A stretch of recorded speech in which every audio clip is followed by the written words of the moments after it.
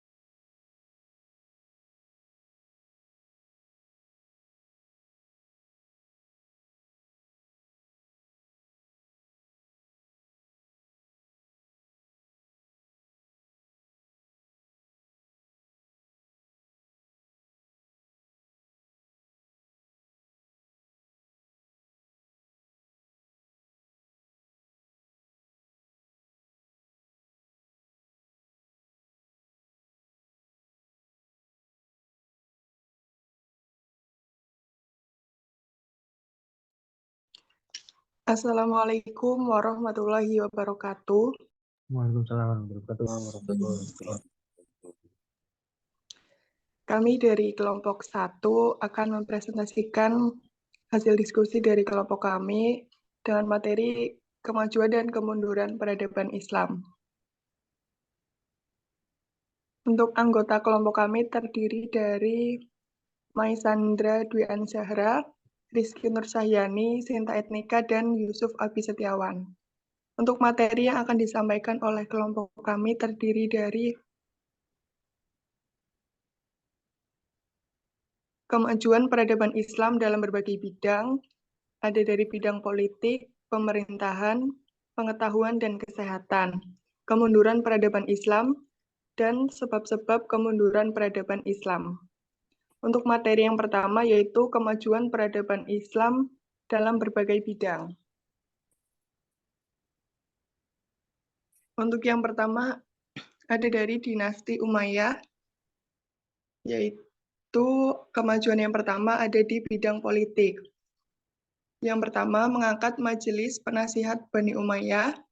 Yang kedua, Khatib Ar-Rosail yang bertugas mengelola administrasi dan surat menyurat dengan para pembesar setempat. Yang ketiga, Khatib Al-Khoroj bertugas mencatat pemasukan dan pengeluaran negara. Yang keempat, Khatib Al-Jundi bertugas mengatur semua hal yang berkaitan dengan ketentaraan. Yang kelima, Khatib Asyurtoh bertugas mengurus keamanan dan ketertiban umum. Yang terakhir ada Khatib Al-Qudat bertugas dalam sistem pengadilan dan hakim. Untuk selanjutnya akan disampaikan oleh teman saya.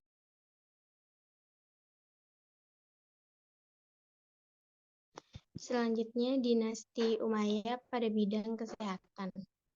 Untuk meningkatkan kesejahteraan rakyatnya, maka dinasti Umayyah mendirikan rumah sakit yang bukan berfungsi sebagai tempat pengobatan saja, akan tetapi juga menjadi tempat mendidik tenaga-tenaga keperawatan, serta sebagai pusat penelitian dalam bidang kedokteran.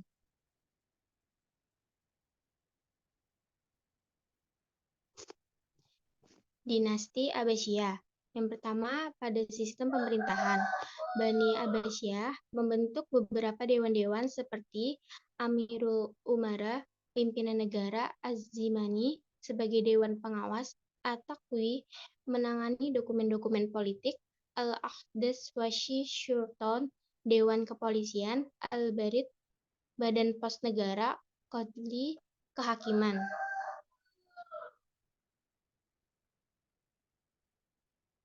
Selanjutnya, pada bidang keilmuan, ada pun lembaga pendidikan pada dinasti ini, antara lain Kutab pendidikan tingkat dasar, madrasah menengah, madrasah nizamiyah atau pendidikan tinggi, Baitul Hikmah, perpustakaan dan observatorium. Berikut pengembangan pendidikan dan ilmu pengetahuan pada masa ini, yaitu ada fikih, Imam Syafi'i dengan kitabnya Al-Hujjah, ilmu hadis, Imam Bukhari dengan Sahih Bukharinya, ilmu kalam, Imam Abu Mansur Al-Maturidi sebagai tokoh Asy'ariyah, ilmu bahasa Abu Zakaria Al-Farra karangan kitab Nahwu, ilmu tafsir, tafsir bil Matsur dan tafsir bil Matsur.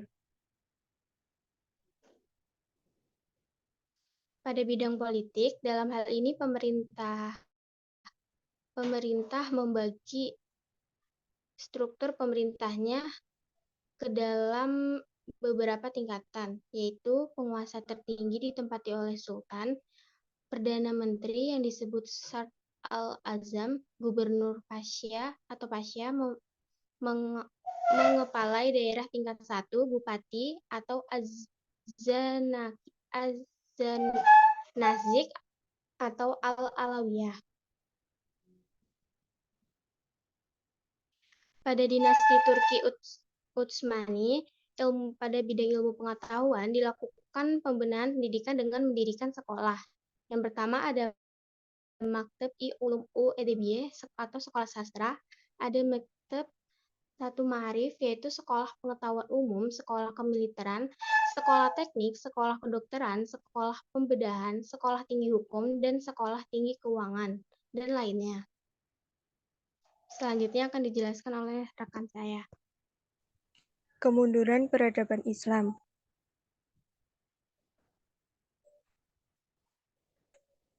Yang pertama ada dinasti Umayyah. Berikut beberapa faktor penyebab kemunduran Bani Umayyah. Yang pertama, gerakan oposisi secara terbuka maupun tertutup. Yang kedua, sistem monarki hereditas dalam pemerintah menyebabkan persaingan yang tidak sehat antar kalangan keluarga istana. Yang ketiga, kurangnya rasa satu kesatuan rakyat. Yang keempat, menurunnya moral dalam diri khalifah dan kelemahan serta ketidakmampuan beberapa khalifah Bani Umayyah dalam memimpin pemerintah. Yang terakhir, munculnya kekuatan baru dari keturunan Al-Abbas bin Abdul Muthalib.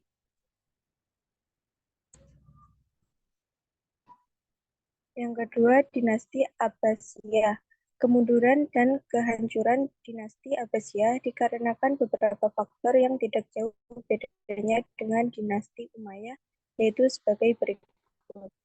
Yang pertama, pola hidup mewah di kalangan pemimpin. Yang kedua, persaingan di luar kerajaan karena pergantian penguasa turun-temurun. Yang ketiga, konflik keagamaan antar golongan. Yang keempat, banyak dinasti yang memerdekakan diri dari dinasti Abbasiyah. Yang terakhir, kemunduran dalam kemiliteran.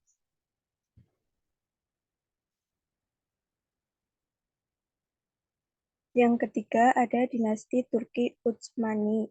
Penyebab kemunduran dan kehancuran dinasti Utsmani diantaranya: 1. Luasnya daerah kekuasaan dan sistem pemerintah yang buruk. Kedua, keanekaragaman penduduk dan agama. Yang terakhir, pola hidup mewah dan kemerosotan moral para penguasa yang cenderung mengikuti pola hidup budaya Barat.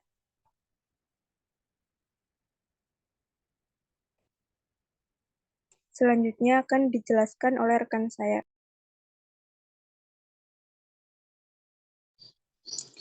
Penyebab kemunduran dinasti Umayyah. Yang pertama yaitu gaya hidup mewah dari para khalifah. Yang kedua, pengaturan yang tidak jelas mengenai sistem pergantian khalifah dikarenakan sistem pemerintahan secara turun-temurun. Nomor 3, kebijaksanaan yang tidak didasari oleh syariat Islam yang membuat tokoh agama kecewa.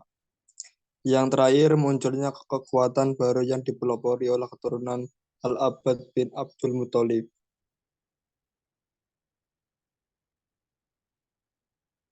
Yang kedua, dinasti Abbasiyah. Yang menyebabkan dinasti Abbasiyah mengalami kemunduran yaitu perebutan kekuasaan yang menimbulkan perang saudara. Yang kedua, hidup berfoya-foya dan lupakan adanya musuh. Yang terakhir yaitu konflik agama. Yang ketiga, dinasti Turki Utsmani. Yang disebabkan oleh kelemahan para sultan dan sistem birokrasi. Yang kedua, kemerosotan kondisi sosial ekonomi.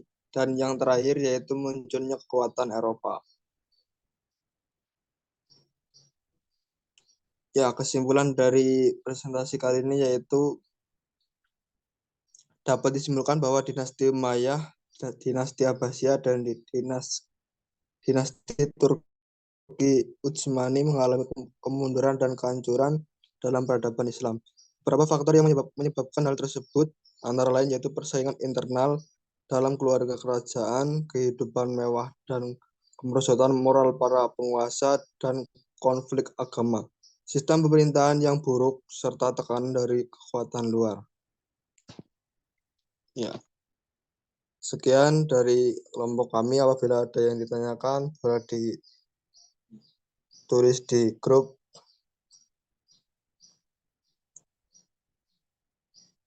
Terima kasih pada kelompok presentasi. Oh, ada pertanyaan boleh disampaikan secara langsung, dan juga bisa lewat chat. Secara langsung bagus untuk melatih public speaking ya. Silakan perwakilan kelompok yang tidak presentasi dari Izin kelas. bertanya Mas Yusuf. Oke, Mas Imam ya. Ya, tadi kan sudah dijelaskan. Sebelumnya perkenalan terlebih dahulu, nama saya Imam Samsul Ma'arif dari S1 Teknik Industri semester 4 dari kelompok 11. Tadi kan dijelaskan tentang kemajuan dan kemunduran peradaban Islam ya Mas. Nah, menurut Mas Yusuf sendiri, untuk saat ini peradaban Islam tuh sedang mengalami kemunduran atau kemajuan serta berikan contohnya. Jika kemajuan itu alasannya apa, kalau kemunduran alasannya apa. Terima kasih, Mas. Ya, terima kasih Mas Imam. Ditampung dulu pertanyaannya. Barangkali ada yang mau bertanya lagi. Siap, siap.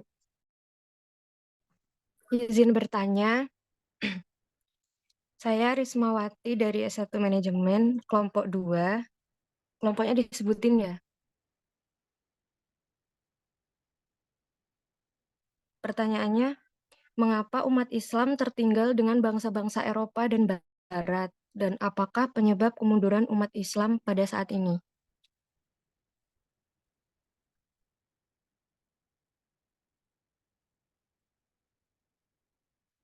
Cukup sekian pertanyaannya, terima kasih.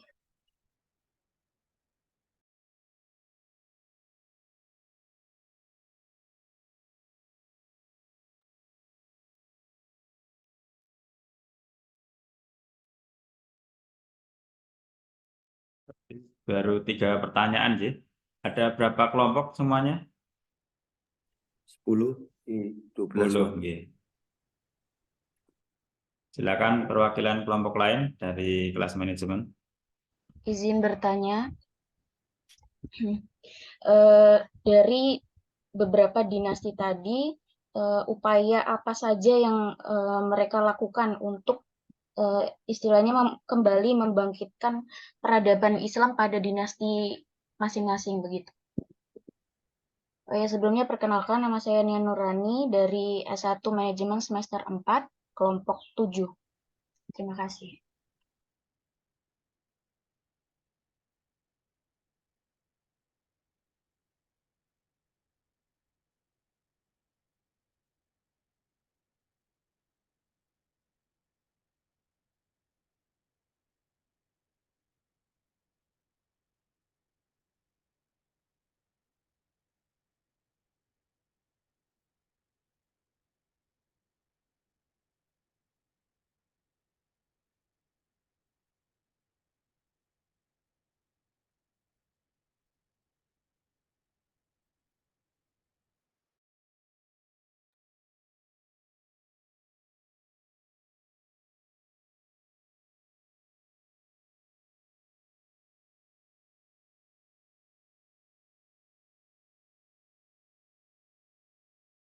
Sambil menunggu pertanyaan lain, bisa disampaikan di kolom chat.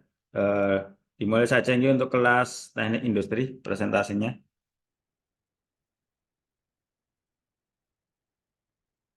Nanti untuk jawaban dari kelas manajemen setelah ini, setelah teknik industri selesai presentasinya.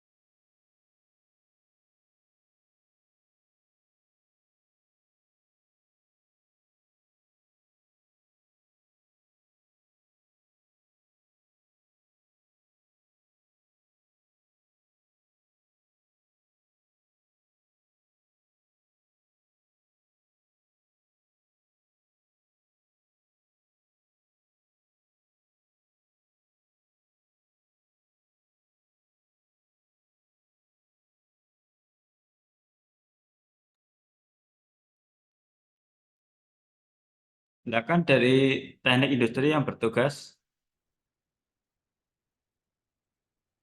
menyampaikan presentasinya.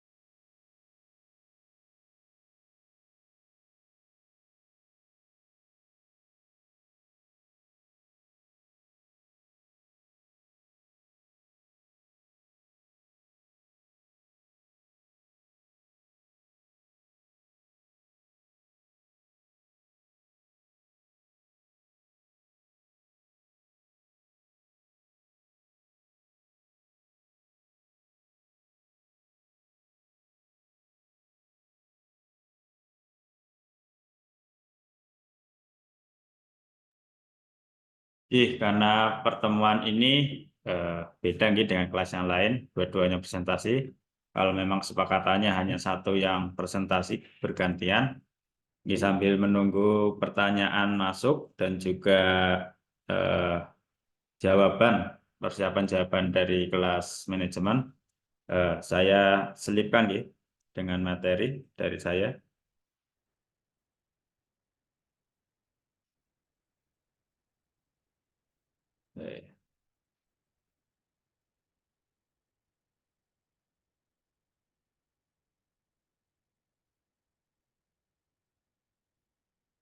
Secara umum hampir banyak kesamaan karena ini sifatnya sejarah dan tentu literatur-literatur yang ada juga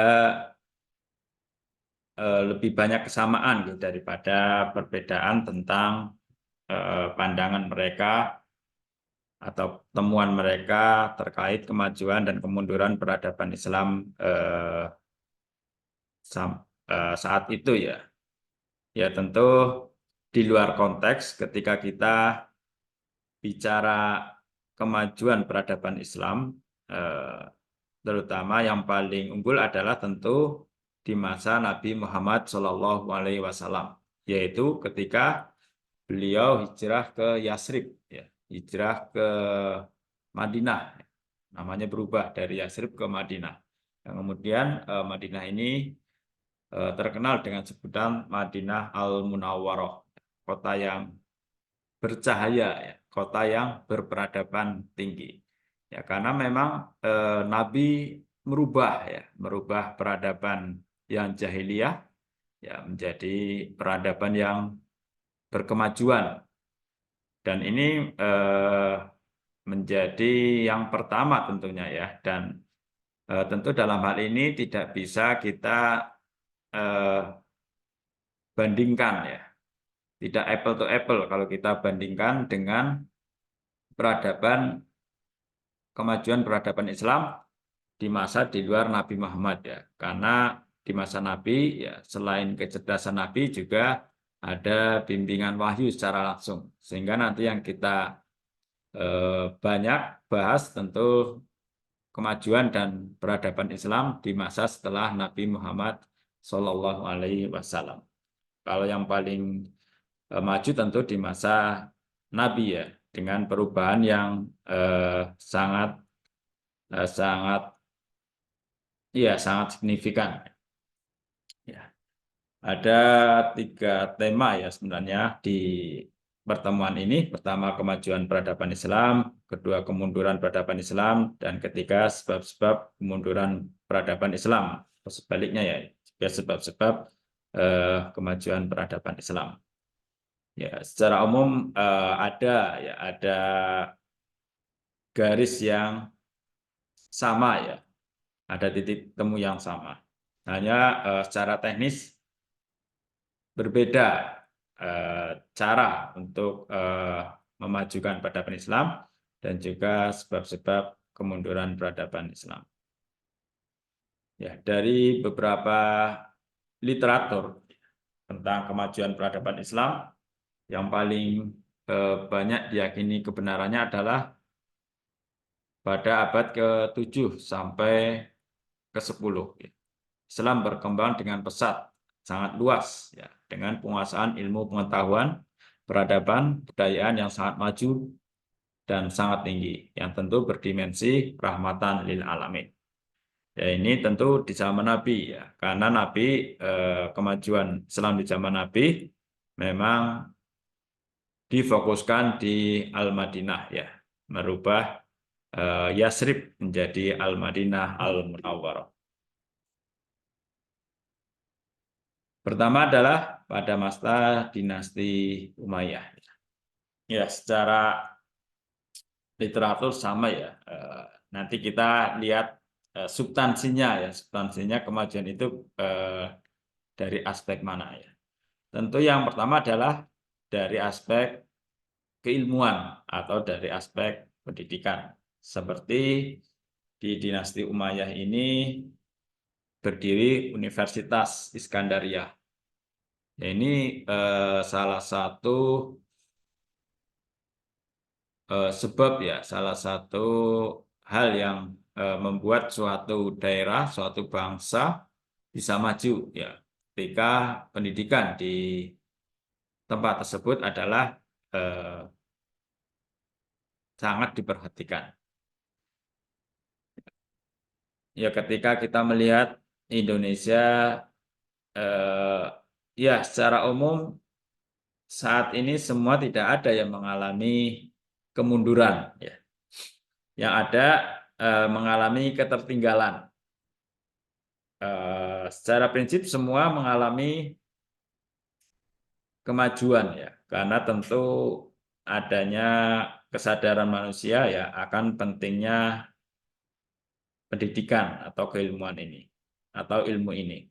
Maka kemudian ya masing-masing negara, masing-masing daerah mencoba melakukan ini. Nah, ini yang harus lebih diperhatikan di Indonesia adalah dalam hal bidang pendidikan. Dari aspek yuridis ya, atau dari aspek regulasi atau undang-undang yang ada di Indonesia, sesungguhnya sudah sangat baik ketika undang-undang mengamanatkan 20% dari APBN itu untuk pendidikan. Tentu hal ini menjadi pertanyaan dan perlu kita kawal semua. Apa benar 20% yang dialokasikan untuk pendidikan ini sudah benar-benar dilaksanakan secara efektif dan efisien? Apakah tidak ada keliruan strategi? Apakah tidak ada kebocoran, ya, misalnya korupsi? Ya, karena kalau kita lihat saat sekarang sesungguhnya sangat miris ya. Coba teman-teman ini ya yang punya kenalan guru TK PAUD berapa gajinya ya? rata-rata masih di bawah 25% UMK. Bukan lagi di bawah UMK, tapi nggak sampai 25%-nya. Kalau UMK sekarang sekitar 2,1 juta, 2.100.000, gaji guru PAUD TK itu baru sekitar 500 ribuan ke bawah ya. Bahkan ada yang kurang. Nah, ini tentu menjadi pertanyaan, apakah negara kita itu serius mengurusi pendidikan ya, ketika guru-guru kita sebagai pahlawan, ya, konon pahlawan tanpa tanda jasa ya nggak boleh, pahlawan ya harus ada tanda jasanya. Sudah benar-benar diperhatikan atau tidak ya. Bagaimana mereka mau fokus mengajar ya ketika kebutuhan sehari-harinya belum didapatkan. Padahal UMK itu kan minimal ya, upah minimal kabupaten itu minimal kelayakan, sudah paling minimal dikatakan kita bisa hidup layak ketika kita memperoleh penghasilan 1 bulan 2,1 juta untuk Kabupaten Kebumen. Itu paling minimal, apalagi ini 500.000.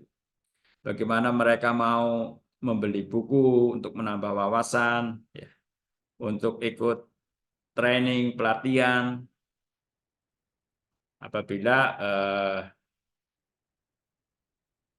gaji atau tunjangan atau besar mereka belum layak. Ya.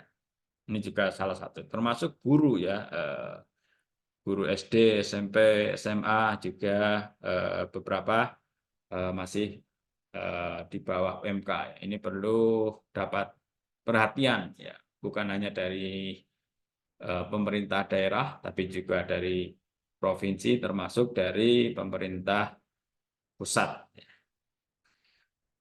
Kemudian yang kedua, di dinasti Umayyah selain berdirinya universitas juga muncul tokoh-tokoh mujtahid, tokoh-tokoh mujtahid di bidang fikih ya, yang mereka dulu sangat ekspansif ya, hingga pada titik ada masa ketika pintu ijtihad itu ditutup ya, karena umat Islam saat itu merasa melihat bahwa karya-karya Imam fikih itu dianggap sudah cukup ya, tidak perlu dilakukan ijtihad. Karya Imam Hanafi, Imam Hambali, Imam Maliki, Imam Syafi'i dan lain-lain dianggap sudah cukup. Tapi justru inilah yang menjadi sebab global, sebab secara keseluruhan Islam mengalami kemunduran.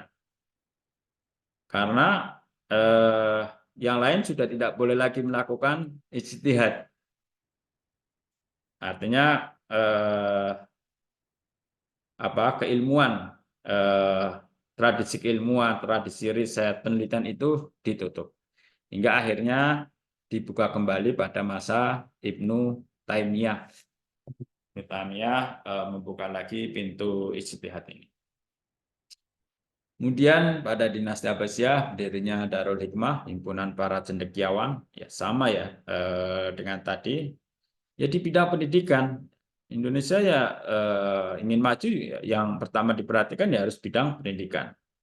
Bagaimana mengupayakan misalnya ya, pendidikan gratis sampai S1 itu ditanggung pemerintah, ya, walaupun dia kuliah di swasta, ya minimal ada subsidi ya, setiap warga mendapatkan misalnya subsidi sekian persen dari pemerintah. Ya kalau ingin maju ya, selama negara kita kurang aware terhadap pendidikan, ya Indonesia akan semakin tertinggal. Mundur sih tidak, karena kesadaran itu sudah ada, tapi tertinggal. Kita mengejar, mereka beralih lebih cepat. Kemudian lahirnya tokoh-tokoh cendekiawan seperti Al-Kindi, Al-Farabi, Ibnu Sina, Abu Ali Al-Hasan, Ibnu Daud Al-Hawaris. Ya ini sama ya, mau berdiri perpustakaan, Darul Hikmah, mau berdiri universitas, munculnya tokoh-tokoh ilmuwan, ya sama. Intinya adalah kemajuan itu mutlak. Yang pertama dilakukan adalah memperhatikan kualitas pendidikan warganya, ya masyarakatnya. Sama dengan Al-Quran. Wahyu yang pertama, Iqra, belajar, tuntutlah ilmu. Bukan sembahlah Allah. Ya. Kemudian yang ketiga, kalau tadi dari bidang pendidikan, ada juga faktor ekonomi, yaitu perluasan perdagangan dan perniagaan Islam. Ya, ini juga penting. Apalagi sekarang Indonesia 10 orang terkaya di Indonesia hanya satu yang beragama Islam, yaitu Pak Khairul Tanjung. Ini sangat miris ya. Betapa kita Islam mayoritas tapi dikuasai oleh para minoritas. Itu sama seperti yang terjadi di Amerika ya. Di Amerika mayoritas Kristen. Tapi yang menguasai ekonomi Amerika itu orang-orang Yahudi. Mereka minoritas. Tapi menguasai ekonomi Amerika. Ya seperti kenapa Amerika tidak bisa tegas terhadap Israel. Israel itu kan orang-orang Yahudi ya. Ya karena memang mereka dikuasai oleh orang-orang Yahudi. Ya serupa Indonesia, walaupun umat Islam mayoritas, tapi secara ekonomi tidak menguasai, ya, dikuasai oleh sekelompok Taipan yang tidak beragama Islam, ya kita lemah. Ya. Termasuk dalam bidang politik. Ya. Partai-partai Islam belum pernah menjadi pemenang dalam pemilu. Ya. Kalah dengan partai-partai sekuler. Karena kita tidak menguasai ekonomi. Dan kita tahu pemilu di Indonesia itu sangat liberal. Bahkan lebih liberal dari Amerika. Kalau di Amerika ada nilai khusus bagi kalangan tertentu. Pertama, liberal di Indonesia adalah nilai satu suara seorang narapidana dengan nilai satu suara seorang guru besar itu sama. Memiliki sama satu suara. Kalau di Amerika dihitungnya beda. Nilai suaranya beda. Nah, ini kan Indonesia lebih liberal, lebih sekuler dari Amerika. Nah, bayangkan kita coblos satu suara seorang narapidana dengan satu suara seorang guru besar, profesor, itu nilainya sama-sama satu dihitungnya. Nah, yang kedua dari aspek liberal, karena negara kita belum maju, pemilu sangat pragmatis. Yang menang adalah mereka yang transaksional, yang muhur, ya, bahasa di sini, yang muhur, yang sekarang yang masih memenangkan pemilu.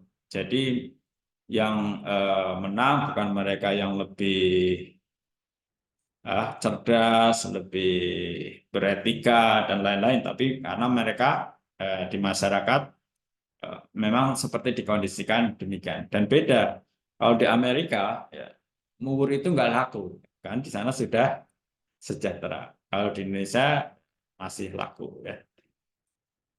Oke, sampai politik ya. Ya, karena memang dibahas di sini ya, pendidikan, ekonomi, politik, kesehatan, sebab-sebab kemajuan dan kemunduran peradaban Islam. Kemudian ya, kita contohnya sedikit saja ya, sekitar 3. Kemudian dari dinasti Umayyah di Spanyol, yaitu berdirinya Istana Hambra, Masjid Cordova. Sama, berdirinya ini muaranya adalah untuk pengetahuan. Ya. Nah ini kita harapkan para mahasiswa jangan berhenti belajar formal juga. Jangan berhenti hanya di S1. S2 cari beasiswa. Beasiswa banyak ya, ada dari pemerintah, ada dari swasta, dari Basnas, dari Lazis, atau bahkan dari kampus kalau memang berprestasi. Syukur sampai S3 ya. Jangan seperti saya, cuman S2 ya. Ini adik-adik harus lebih, pendidikannya harus lebih tinggi. Syukur saya doakan jadi profesor, guru besar. Karena kalau kita ilmu tidak ada yang perlu ditakutkan. Justru kita akan diangkat derajatnya ya. Yarfa'illahu alladziina aamanu minkum walladziina utul ilma darajat. Allah akan mengangkat derajat orang-orang yang beriman dan berilmu. Beriman saja kalau tidak berilmu tidak diangkat derajatnya oleh Allah.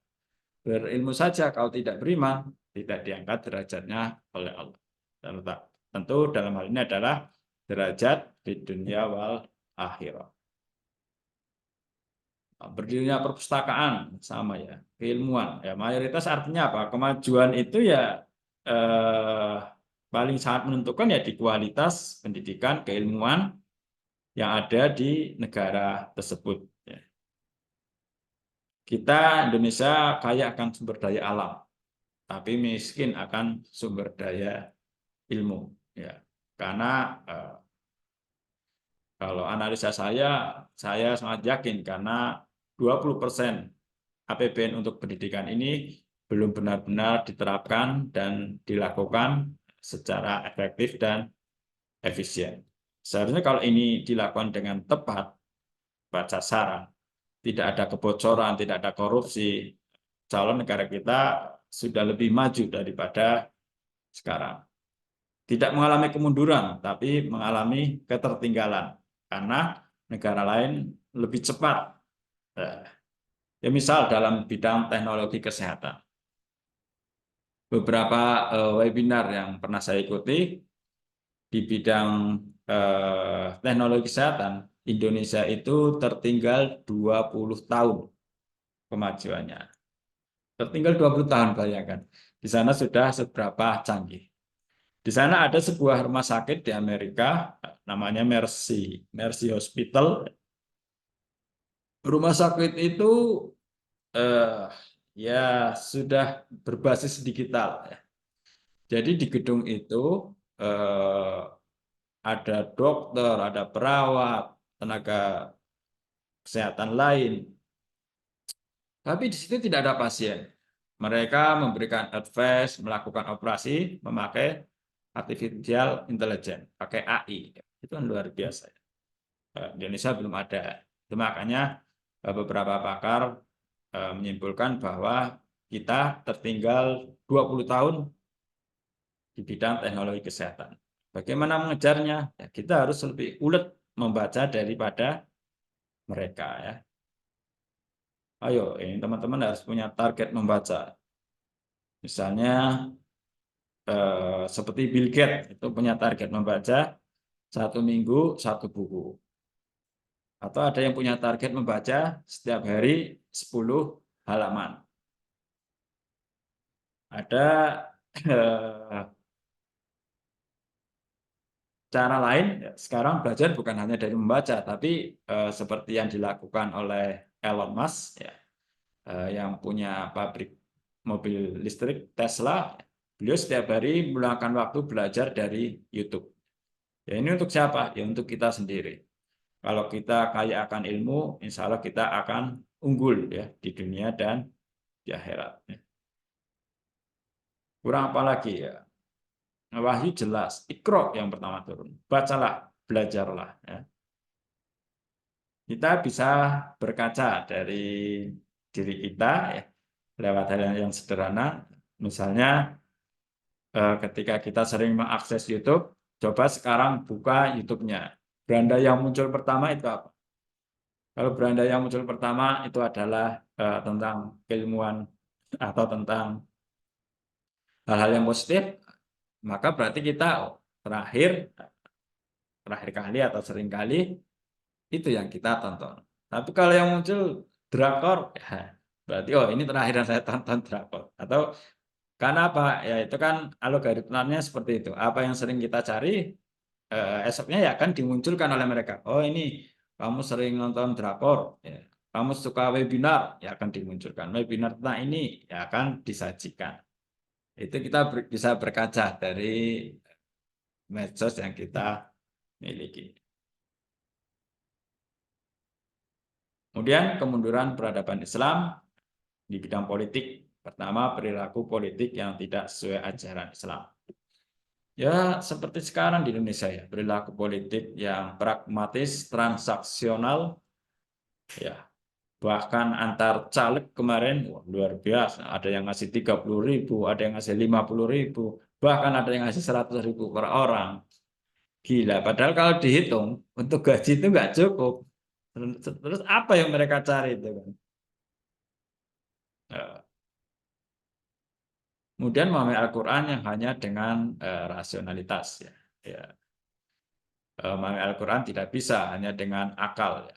Kita harus memadukan dengan yang lain, dengan hadis ya. Dengan rasionalitas tentu butuh ya, dibutuhkan. Tapi dengan wahyu lain juga dibutuhkan. Juga dengan irfani ya, dengan hati nurani. Jadi pendekatan bayani, Al-Quran hadis, pendekatan burhani, rasionalitas, dan juga pendekatan irfani, pendekatan dengan hati nurani. Tidak bisa hanya dengan satu pendekatan. Kemudian tidak berpikir dan memiliki akal yang kritis sebagai obor kemajuan. Dalam bidang keagamaan, tertutupnya pintu ijtihad dan alhamdulillah sejak Ibnu Taimiyah sudah dibuka kembali. Ya, sekarang ijtihad sangat luar biasa deras ya. Khusus dalam bidang pendidikan dan ilmu pengetahuan. Sebenarnya kegiatan ilmiah untuk penelitian dan percobaan, pusat ilmu pengetahuan dioprak-porandakan dan dibakar sampai habis berkala. Sama ya, intinya mayoritas itu ada pada pertama adalah penguasaan ilmu atau pendidikan. Ini dari Ibnu Khaldun, sebab-sebab kemunduran peradaban Islam. Ini 2 slide terakhir ya. Yang pertama adalah, sebentar, 8:30 ya. Faktor eksternal ya. Kok jadi hilang saya. Oke. Ada faktor internal dan ada faktor eksternal. Ya, faktor eksternal tidak perlu kita bahas karena itu dari luar ya. Dan sekarang faktor eksternal sangat sedikit. Lebih banyak kemunduran itu justru terjadi karena faktor internal. Negara lain yang tidak suka dengan kita tidak menjajah lagi secara fisik ya. Walaupun ada misalnya Israel dengan Palestina ya, itu karena tradisi sejarah yang panjang. Atau yang terakhir dan yang masih berlangsung antara Ukraina dengan Rusia ya. Rusia yang menginvasi Ukraina. Dan ini ada pengamat militer yang menyatakan peperangan ini kalau Rusia mau sebenarnya sudah dimenangkan oleh Rusia. Tapi Rusia menurut beliau ternyata sengaja memperpanjang peperangan ini. Karena dengan peperangan ini justru Rusia diuntungkan secara ekonomi. Harga-harga sumber daya alamnya melambung luar biasa tinggi. Ya memang perang membutuhkan biaya tinggi, tetapi ternyata keuntungannya jauh lebih tinggi. Ini kan luar biasa ya. Ingin mendapatkan keuntungan yang setinggi-tingginya dengan peperangan. Kayak kita lebih ke ini ya, ke faktor internal diri kita. Pertama adalah penyalahgunaan dan perebutan kekuasaan yang semena-mena. Ya karena tadi juga sudah disampaikan oleh mahasiswa bahwa sistem yang terbangun di dinasti saat itu ya belum semaju sekarang ya. Masih semi kerajaan ya, masih semi kerajaan. Kemudian 2, munculnya dinasti kecil yang memerdekakan diri. Ini yang membedakan dengan sistem non kerajaan. Kalau dalam sistem kerajaan adanya dinasti itu lebih mudah untuk memerdekakan diri. 3, adanya perampasan hak orang lain, kerja secara paksa, ya, korupsi lainnya. Ini yang menjadi laten di Indonesia ya. bahkan lebih liberal, lebih sekuler korupsi sekarang daripada di zaman Soeharto. KPK seperti tidak berdaya ya terhadap kekuatan politiknya. Jadi sekarang yang terjadi di Indonesia adalah hukum di bawah penguasa, bukan sebaliknya ya. Padahal harusnya hukum yang berkuasa ya, bukan penguasa. Berkurangnya nilai moral atau etik, ya munculnya aliran sesat, menjauhkan diri dari agama. Ya. Ini juga penting bagi teman-teman mahasiswa. Aliran sesat sekarang ini lebih canggih, ya. Modusnya lebih soft dan masuk ke kalangan milenial dan Gen Z. Kadang mereka tidak sadar sedang dijauhkan dari agama lewat medsos. Sebenarnya sama kan, aliran yang menyesatkan. Dan ini bentuknya lebih canggih. Kemudian terakhir adanya ketidakadilan. Ya inilah ketika suatu bangsa, negara belum terwujud suatu keadilan, maka ya akan terjadi fiksi-fiksi ya yang timbul di masyarakat. Ya untuk eksternalnya ini perang salib, serangan Mongolia ya, faktor eksternal. Saya kira itu, silakan kepada yang presentasi untuk merespon jawaban dari pertanyaan yang sudah muncul ini ya, cukup banyak ini.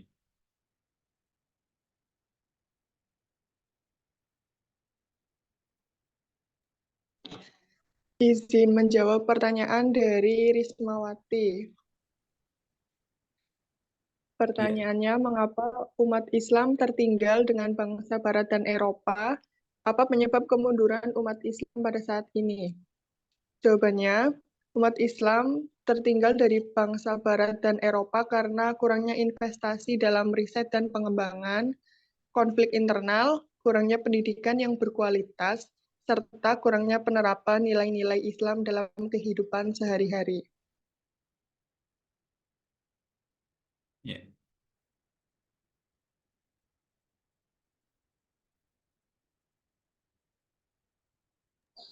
Yang kedua, pertanyaan dari Mas Imam.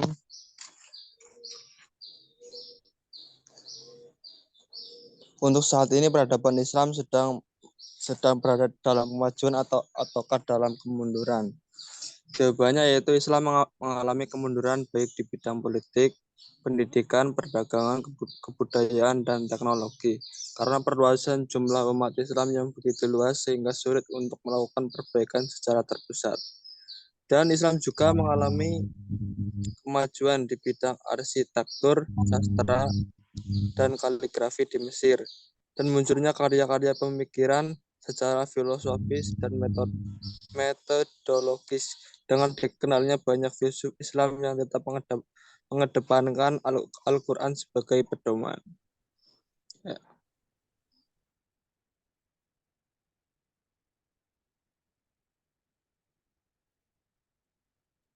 Yang selanjutnya izin menjawab pertanyaan dari Mbak Nia, yaitu upaya membangkitkan peradaban Islam pada masing-masing dinasti.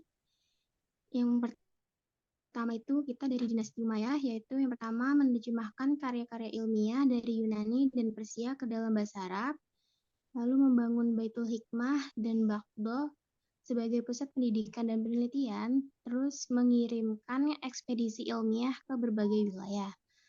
Dan pada dinasti Abbasiyah, yang pertama yaitu melanjutkan tradisi penerjemahan dan penelitian ilmiah, membangun banyak sekolah dan madrasah, dan mendorong pengembangan seni dan budaya Islam. Terima kasih. Selanjutnya pertanyaan dari Mbak Rena. Bagaimana dampak perkembangan ilmu pengetahuan dan teknologi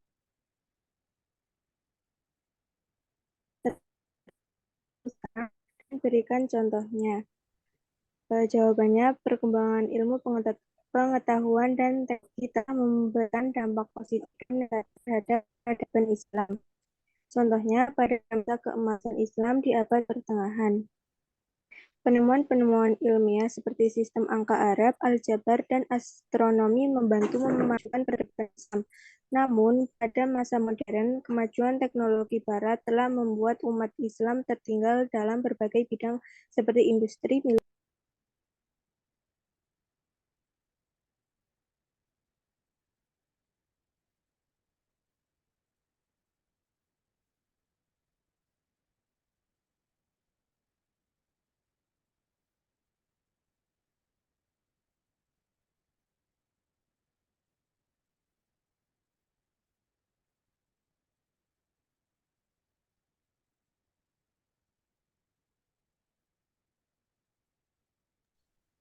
Izin menjawab pertanyaan dari Hita Nareswari. Sebutkan dan jelaskan apa saja faktor-faktor yang menyebabkan kemunduran dalam kemiliteran pada masa dinasti Abbasiyah. Untuk faktor-faktornya ada dua, yaitu dari faktor internal dan faktor eksternal. Untuk dari faktor internal itu dari yang pertama ada ketergantungan pada tentara bayaran, lemahnya kepemimpinan, dan banyaknya korupsi yang merajalela.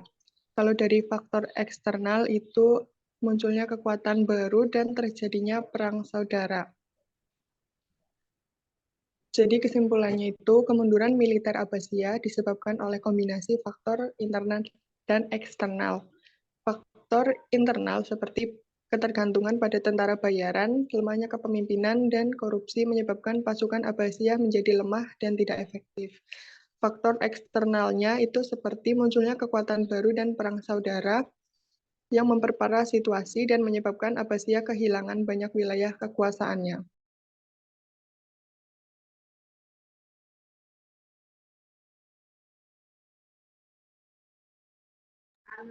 Saya akan menjawab pertanyaan dari Mbak Salsabila. Kapan Islam mengalami perkembangan yang sangat besar?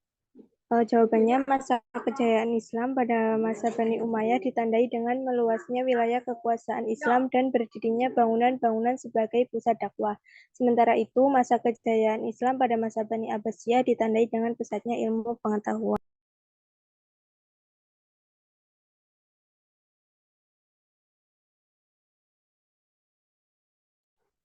Ya, selanjutnya pertanyaan dari Mbak Ngafifatun Nurul Azizah, yaitu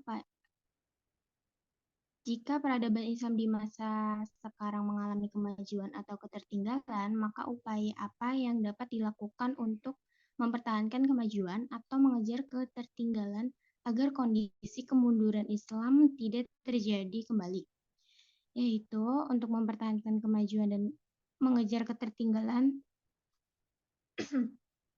dengan upaya yang dapat dilakukan yaitu meningkatkan pendidikan yang berkualitas, tidak hanya S1 saja, tapi pendidikan setinggi-tingginya, memperluas wawasan, mempromosikan inovasi dan penelitian, memperkuat nilai-nilai toleransi dan keberagaman, serta mendorong pemberdayaan ekonomi masyarakat.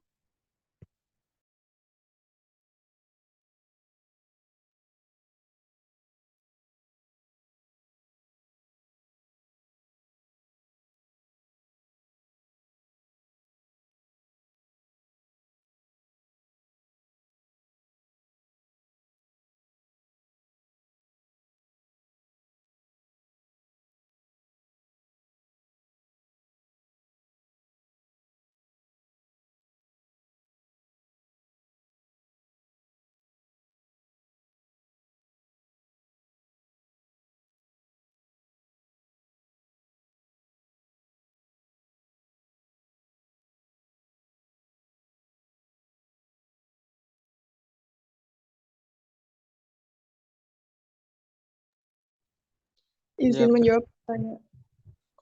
Ya, silakan Mas Rizky. Izin menjawab pertanyaan dari Imam Rubangi. Mengapa peradaban Islam sudah tidak lagi menjadi pusat sains semasa di masa lalu? Karena perubahan sosial dan politik, penyempitan pandangan, hilangnya dukungan finansial, kolonialisasi dan penjajahan, dan kebangkitan sains di Barat.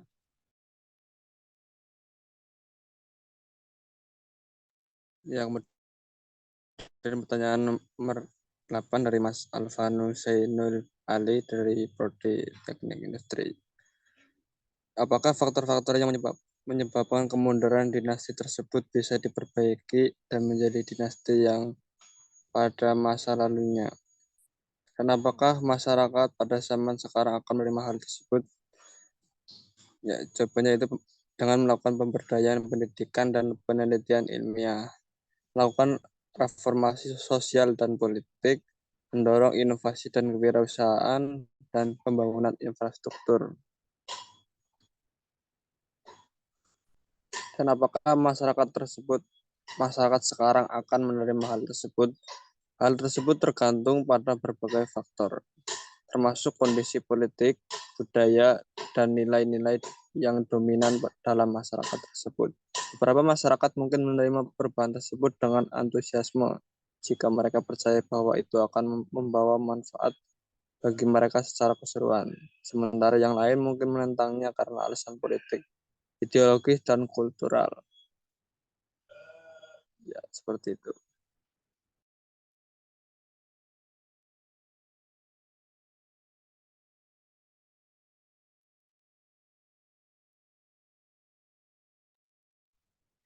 Mungkin sekian presentasi dari kelompok kami.